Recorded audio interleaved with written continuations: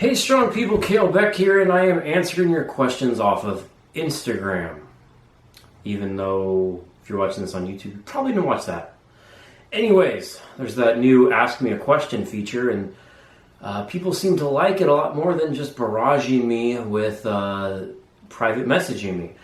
So here is the top questions I was asked by you, but probably not you.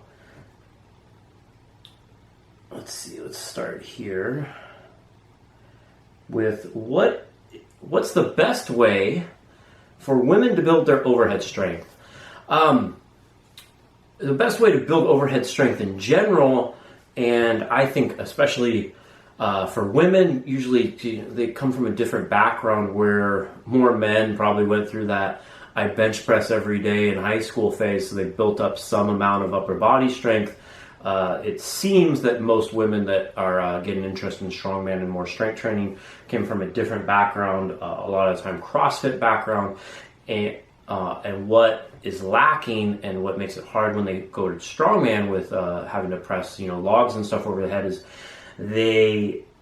there's a lot of volume done for the lower body in stuff like CrossFit and other things, and I think in general women gain more muscle mass easier in the lower body, but there's not that same kind of volume work targeted on the upper body as much. So my advice and how I do it with my clients is they actually do they do a good amount of bodybuilding. And if you look at the top overhead pressers in the world, a lot of them do a lot of high reps for their upper body and their pressing in general.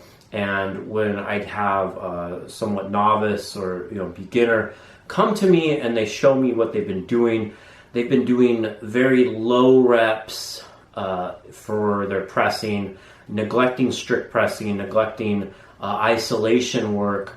And you can get away with that when you're using so much more muscle groups on stuff like the deadlift and the squat. You can do like a 5x5 style program, and you build up a pretty good size quads and legs and stuff, but it doesn't really seem to translate to your upper body. So you have to the first thing to do is to build up the whole scapular area, because that's what actually ties the shoulder. That's what locks the shoulders in. So you're able to press, not just being like this. You want to lock the shoulders in, and then just make it look like you press. Do a lot of shoulder raises, a lot of rep work where you're building muscle in your upper body, in your shoulders, in your pecs. Yes, bench press, some sort of variation. And if you want to do that, I have free programs on the website that have that in mind at startingstrongman.com/programs or coaching, all that other stuff. But the takeaway is, if you look at anyone who is a top level presser in strongman or strongwoman, they all look like they can press, and that is done by doing hypertrophy work, bodybuilding, and doing the small muscle groups.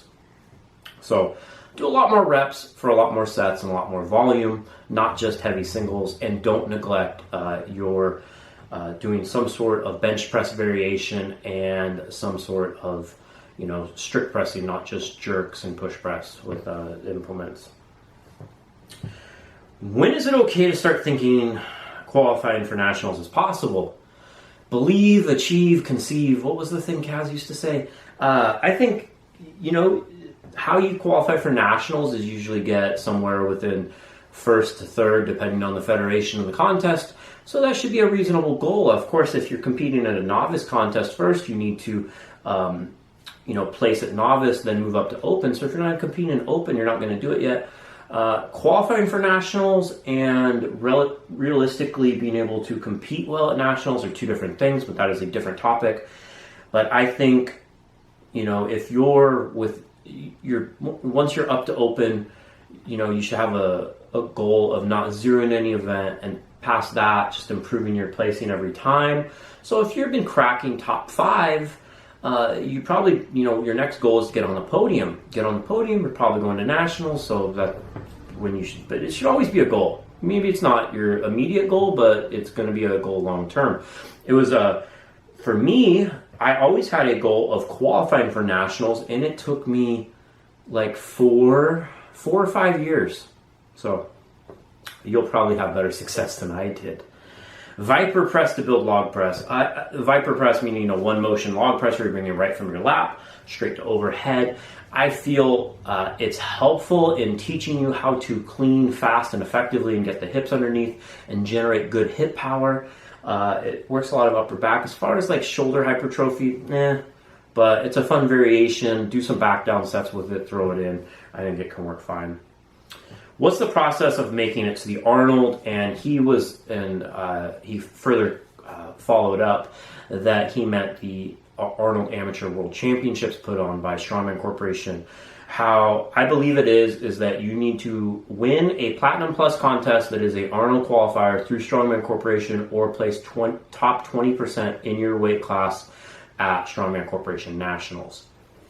Pretty simple. For how to qualify for the Pro Arnold Classic, I have a video on my YouTube channel already. Just search how to qualify for the Arnold. Will Big Z raise log lift record this year? I don't think the log lift record is going to be broken for a number of reasons. I think Z's still not 100% of when he broke the record. He's not as strong as he was. Eddie Hall is effectively retired. Iron Bibby's probably next on that list. Robert Oberst just had bicep surgery. So, it's probably a little bit before that gets that. And I don't know of any contest that has a max log at a big contest coming up. Do I think it's going to be broken in 2019? I also don't believe that will happen either. I think people underrate how hard and how amazing the record Z has currently. And they equate lifts, like gym lifts, like seated log and other things or push press with a barbell going, oh, of course he could, and it doesn't work out that way. You can check out my previous videos on the Log Lift World Championship preview that I did and wrap up just kind of discussing more of my thoughts on that. What do you think of this year's Nationals events? Weights, already answered that in a whole video. You can go back and watch that. It's the video literally right before this.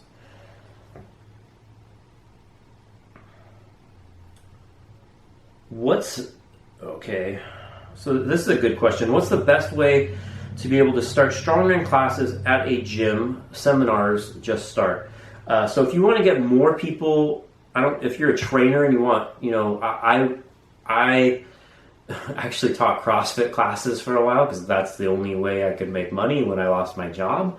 And I wanted to try to transition into bringing more strongman stuff because, I enjoy teaching people how to lift in general. I really, you want to do what you are passionate about and what you know. And I can tell you, I wasn't very good at teaching people how to do CrossFit.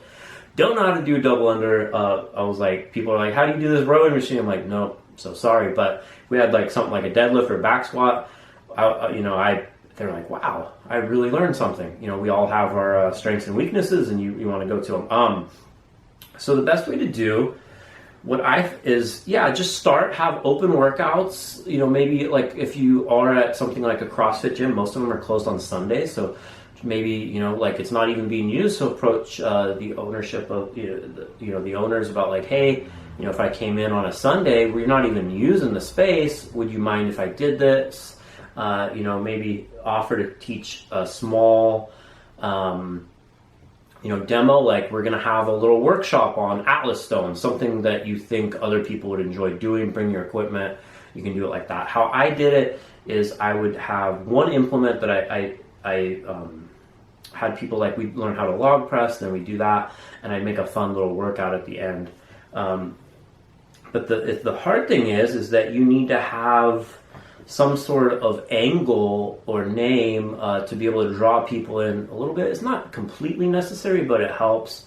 But, put some relevant information, and something that also helps is if you can get, like if you're a big, like 300-pound guy, it's not going to seem, or like, me, I was so jacked and so handsome that people thought it wasn't going to be for them.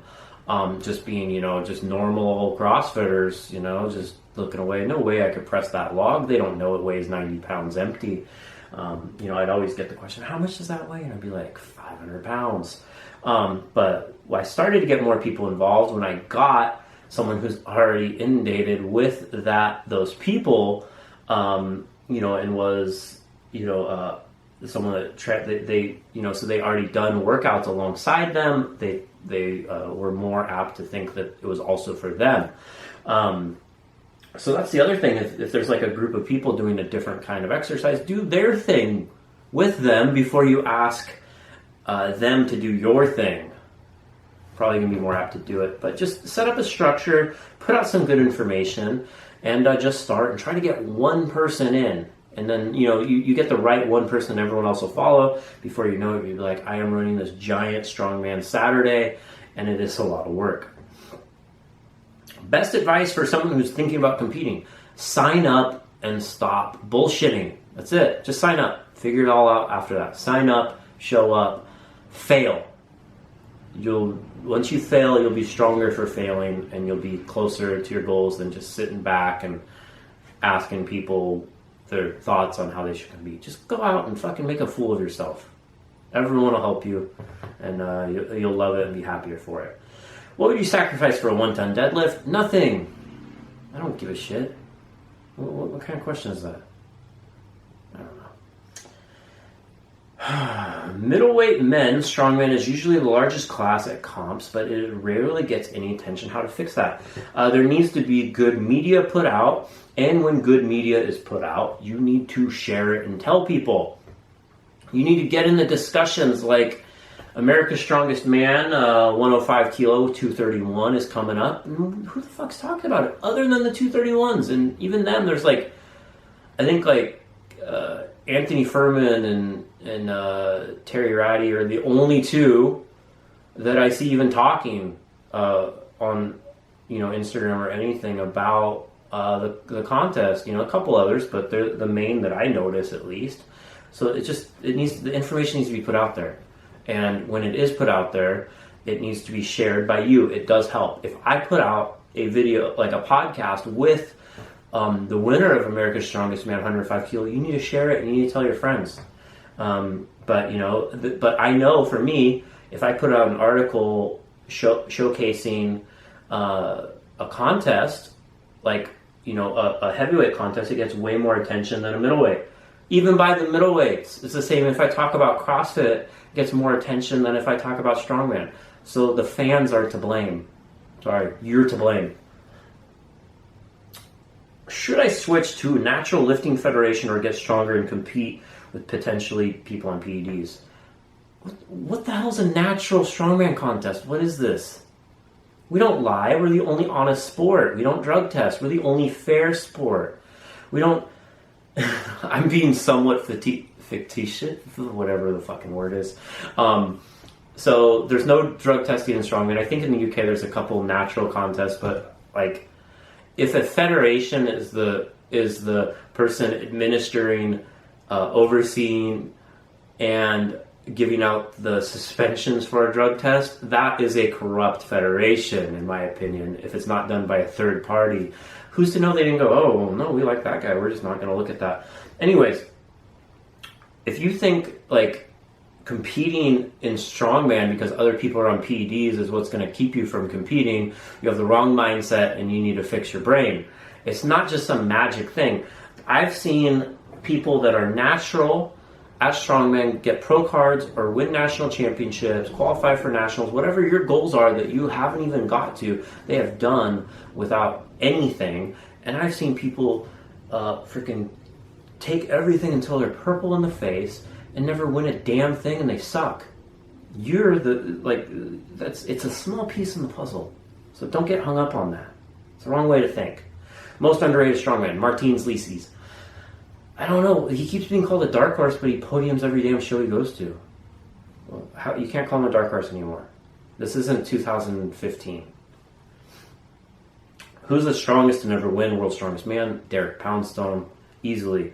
Preferred way to train log without a log. Buy a log.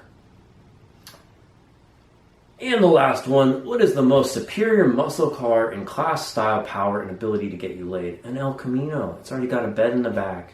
And it's classy. It's like the mullet of cars. We all know chicks dig mullets. I'm Kalle Beck. Thanks for watching this week's Q&A. Be doing these every week. If you have a question you want me to talk, or something you want me to answer in a future video or expand on more, just leave it in the comments. And of course, go to store.startingstrongman.com for all of your strongman training needs, and hit subscribe and notifications and all those things.